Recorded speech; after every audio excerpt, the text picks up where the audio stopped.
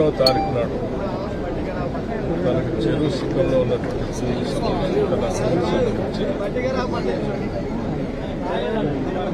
అక్కడ ఉన్నటువంటి చేపల సొసైటీ వాళ్ళకి సంబంధించి ఇరిగేషన్ సంబంధించి తన భూమిని వేసినటువంటి మెరకని తొలగించారని చెప్పి మనస్తాపానికి గురై తను ఆత్మహత్య చేసుకున్నట్టుగా మీడియా ద్వారా మిగతా ద్వారా తెలుస్తాను. తండ్రి గారితో మాట్లాడాను,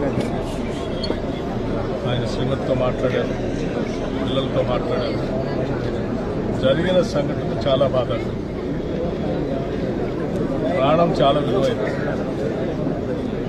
మనం పుట్టింది బతకడానికి కానీ చావటానికి కాదు. ఎంత పెద్ద సమస్యలున్నా ఎక్కడో దగ్గర పరిష్కార మార్గం చూసుకొని బతకడం కోసం ప్రయత్నం చేస్తాం. ఎవరు ఇటువంటి చర్యలకు పాల్పడవద్దని చెప్పి నేను ముందుగా విజ్ఞప్తి చేస్తాను. అలాగే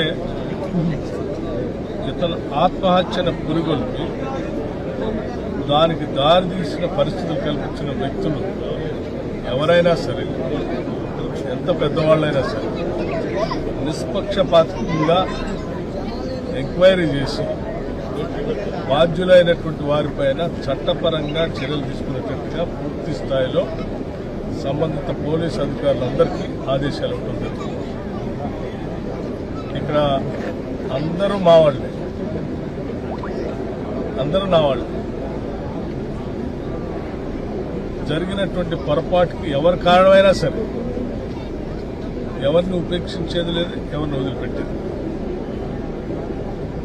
తప్పనిసరిగా ఆ కుటుంబానికి న్యాయం జరిగేటట్టుగా దాన్ని ప్రోత్సహించినటువంటి వాళ్ళపైన చట్టపరంగా చర్యలు తీసుకోవడమే కాకుండా తన భూమికి సంబంధించి కూడా శాశ్వతంగా ఒక పరిష్కార మార్గం చూపించడం, ఆ సొసైటీ వాళ్ళతోనో ఇరిగేషన్ రెవెన్యూ వాళ్ళతో మాట్లాడి సమస్య ఏంటో తెలుసుకొని దానికి ఒక శాశ్వత పరిష్కారాన్ని కూడా చూపించమని నేను జిల్లా కలెక్టర్ గారికి కూడా ఆదేశాలు ఇచ్చాను, పరిశీలించాను. అట్లాగే పిల్లలు చదువుకోవటానికి కూడా వాళ్ళు చదువుతున్నటువంటి కళాశాలకు సంబంధించి చదువుకోవడానికి కావాల్సినటువంటి సహాయ సహకారాలన్నీ కూడా ఏర్పాటు చేస్తానని చెప్పాను. పిల్లలు బాగా చదువుకోవాలని నేను మనస్ఫూర్తిగా కోరుకుంటున్నాను. వాళ్ళు చదువుకున్నంతకాలం వాళ్ళని చదివించుకోవడం ప్రయత్నం చేస్తాను. ఇట్లా ఏ ఇబ్బంది. అట్లాగే ఇంకా ఇతరత్ర ఏదైనా సమస్య ఉంటే నాకు పిటిషన్ రాసించారు. అన్నింటినీ పరిశీలన చేసి ఆ కుటుంబానికి తగు న్యాయం చేస్తాను.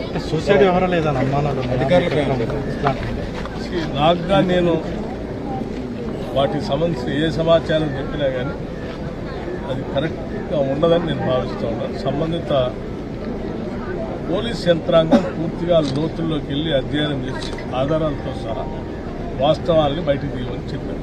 అవన్నీ వచ్చిన తర్వాత తప్పనిసరిగా యంత్రాంగం అంటే బీఆర్ఎస్ నేతలు లేకపోయినప్పటికీ వాళ్ళ మీద కేసులు పెట్టారని వాళ్ళు సేపీ కలిసి కంప్లైంట్ చేయడం, ఈ రోజు పరామర్శ చేయడం కూడా జరుగుతుంది. నేను అదే చెప్పాను. ఇక్కడ అందరూ మా వాళ్ళే.